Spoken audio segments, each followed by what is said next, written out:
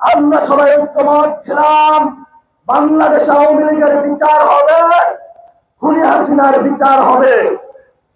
কিন্তু আমরা দেখতে পেলাম এই তো একদিন দুই দিন আগে সরকার সেই আমাদের খুনিদের সাথে তলে তলে আঘাত করে আইবি রহমানকে মুক্তি দিয়েছে, ইলেকশনে বসে গেছে।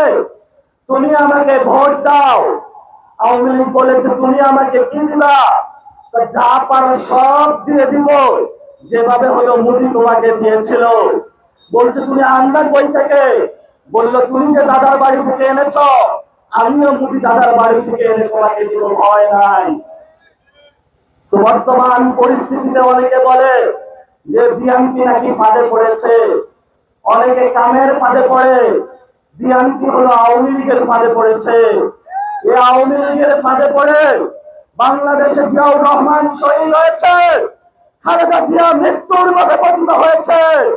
জনাব প্রধানমন্ত্রী তারেক রহমান, আপনাকে আমরা হুঁশে আসতে বলি, এরাই কিন্তু আপনার বাবার খুনি, এরাই কিন্তু আপনার মায়ের খুনি, এরাই কিন্তু বিএনপির অসংখ্য নেতা কর্মীর খুনি, এরাই কিন্তু বাংলাদেশের জামায়াত ইসলামের অসংখ্য নেতা কর্মীর খুনি। কিন্তু এরা দলীয় নেতা কর্মীদেরকে খুন করে ক্ষান্ত হয় নাই। এরা সেই আমাদের সাগরগুলোকে হত্যা করেছিল, শাপলা চত্বরে অসংখ্য আমাদের দিনী ভাইদেরকে হত্যা করেছিল, পিলখানা অসংখ্য মিডিয়ার ভাইকে হত্যা করেছিল। বাংলাদেশে আমরা যতদিন আছি আমাদের খুনিদের সাথে আমরা কোনো আঘাত করব না, ইনশাআল্লাহ।